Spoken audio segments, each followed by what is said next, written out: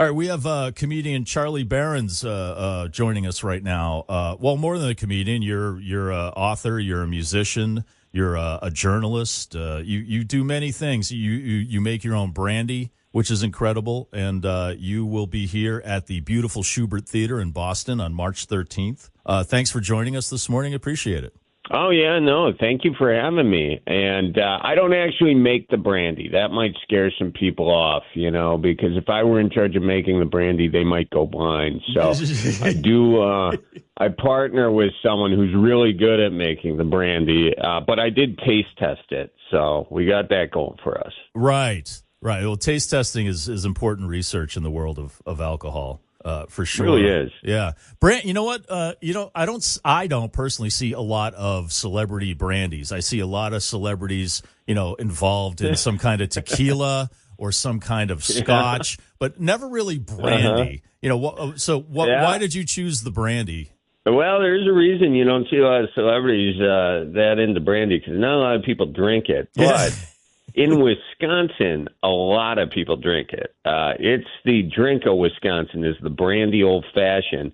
And that's because back during Prohibition, Wisconsin as a state was like, wait, so you mean like no alcohol? Like none at all? Like we need something or half of us are going to die of a seizure. So someone during Prohibition found a big old box of brandy in their basement. And then people just got into it a little bit, and so they developed a taste for it, and they started making it in their bathtubs, and they would put fruit in the bathtubs because they weren't so good at making the brandy, so they put fruit in so it didn't taste like feet and ass, but they enjoyed it, and it's stuck ever since.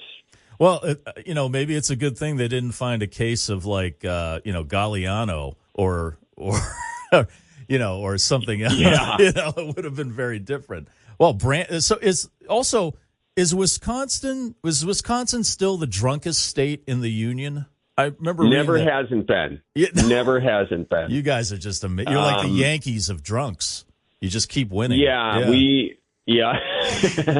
Yeah, I mean, I'm not going to sit here and glorify it and say that we're proud of it. I'm just going to say it's a fact, okay? And we're working on it, just not that hard. Right. So, right. Well, it seems to me that in states that allow ice fishing are usually in the top 10 of the most drunk states in the union. Is that a fair? That's true. Yeah, that's just something. That's 100% accurate. You put someone on an ice sheet all day, they're going to have that internal sweater going, and and then afterwards you got to stop by the bar to clean your fish, Right. So right. Yeah. So it's a good observation. Yeah, I just something I noticed. Here in Massachusetts, obviously we have ice fishing too, and I notice those people get on the ice sober and then they fall asleep in their trucks after they're bringing it in. So you come from a family of 12 children. That must be a lifetime's worth of material for a comic. Is that fair to say? Yeah. Yeah, I mean, that's one of my greatest blessings. Thanks, Mom and Dad, for not having a TV. And I will tell you that the amount of stuff that I can dig from my childhood, but now also they're having a bunch of kids. So the house has always been chaotic, and that just leads to stories. Let's put it like that. Right. And now is that like, the girls and boys, just boys, or is Oh no. I mean, I wish. Not that I'm sexist. It's just I have 8 sisters. Oh. And okay, I'll say this: if you have 8 sisters, you get to be a little bit sexist. Like, you've earned the right to say a few things, generally speaking, about your sisters. And so I'm sexist for with when it comes to my sisters. Let me say that so I don't get into trouble. Right, but okay? no other women, just your sisters. No other women. Right. Just my sisters. Have no idea what they're talking about. Just my sisters. But no, they're younger too. They're Gen Z, and they're like, they make fun of me because I'm old. I'm 38. So they're like, you've aged like a fine cheese that fell between the cupboard and the fridge, and I'm just like, well, at least I can read cursive. Okay.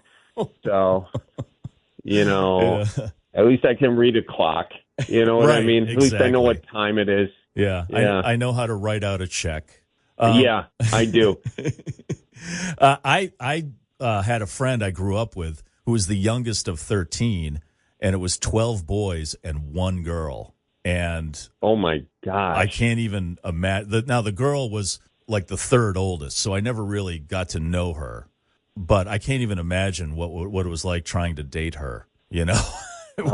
With 12 brothers. Good luck. Yeah. Good luck, because not only are those brothers going to be, brothers, but she also is, she's got a lot of that energy, so like that guy could not, hold up. Although I will say, like my sisters, they kind of really run the show. Like they will dominate me in a conversation, which is why I'm talking so much smack about them. So who knows? Maybe she ran the show. Yeah, that's true. Yeah, you never know. Yeah. So you also had a #1 Billboard album on the Bluegrass charts. So that was in 2020. How do you pronounce that? Unthaweed or Unthawed? Oh, Unthawed. Oh, Unthawed. See, there's a space in between the A and the W, and so that's why it was some weird saying.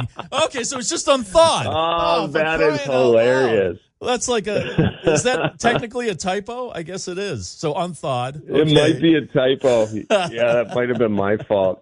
It's Unthawed. That's just you say, a lot of people say it. In Wisconsin, it's pretty popular. It's not say, take the perch out of the freezer and unthaw them.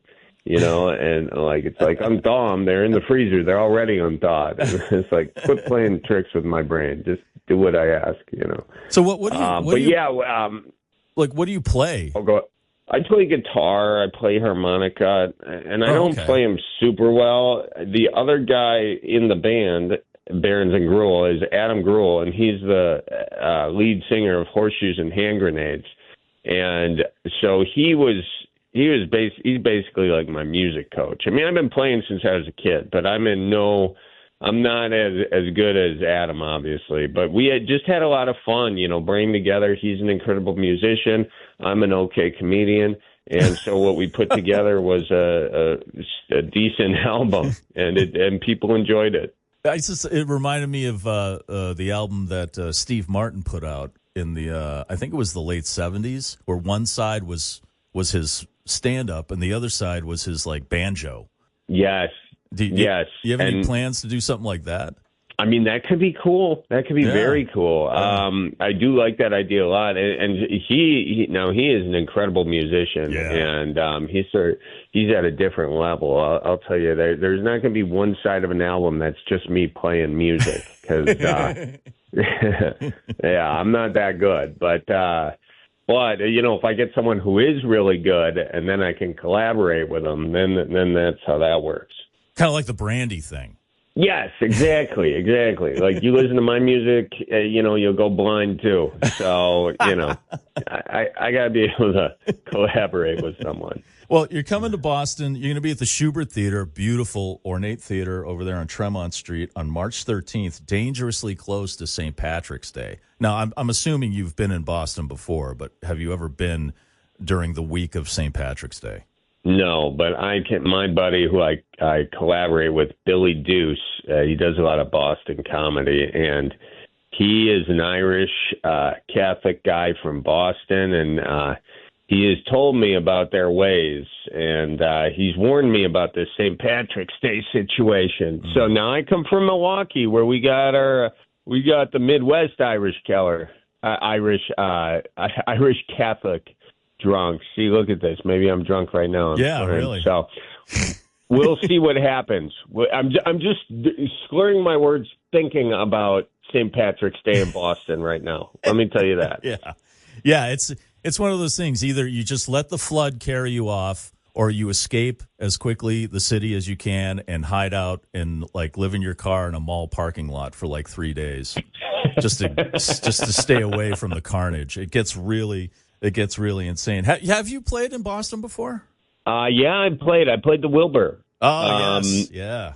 Yeah, I did that a couple times. So I'm super excited to come back, and Bill will be with me. So fans of his, you can see him there as well. And but yeah, I love Boston. Such a fun town. Yeah, it's a great town for comedy. A lot of energy. And I noticed, I was watching some of your videos. You have the the Midwest language translator video, which is hilarious. I noticed you use the term bubbler. Is that also used in Wisconsin? Yeah, because you guys do it too, or Rhode Island uses it somewhere around there. I thought it was strictly a New England thing, but I guess it's made it past New York. That's exciting. Well, no, I think what happened, I think it originated with Kohler. And Kohler, the Kohler toilets, those are made in Kohler, Wisconsin. And they had, back in the day, they had the Kohler bubbler. And it was a water fountain that kind of a unique design. It would bubble from the middle. And I think they shipped a bunch, obviously, to Wisconsin, but then to Rhode Island is what I have heard is the story there. Now, you guys may have your own story, like, no, we originated it. But that's our story, and we're sticking to it. Well, I don't know if we ever claim to like manufacture them here or anything, but like since I was my whole life, it's been called a bubbler. But that's interesting that the origins come from because they were making them in Wisconsin. That's the beginnings of maybe another project, if I may suggest. Maybe call Ken Burns and do a documentary on the bubbler. Get the documentary. Get it going there. Get some fiddle, so you can provide the kind of bluegrass music in the background and some earnest narration. Tie it all together. Right, yeah, exactly. Well, we're looking forward to you coming. Schubert Theater, March 13th. And you've got a special is it coming out next month, the 1st of December? Yeah, it's coming out on December 1st. Okay. So I'm excited to do it. For it to come out. It's going to be a good old time. And it's called I'm reading here it's called Naborli. Is that right? Naborli? I'm just kidding. Sorry. No. That unthought thing is like killing me. That's so funny that one little space like threw me off like that. All right. Well, Charlie Berens, thanks for taking the time this morning. I really appreciate it. Again, Charlie's going to be at the Schubert Theater March 13th, and everybody should go see him and check out his website. He's got a bunch of great videos up there also where you can see the Midwest combination language translator and bottle opener. But thanks for taking the time. Thank you. Thank you. I appreciate you. You have a good one. We'll see you out there.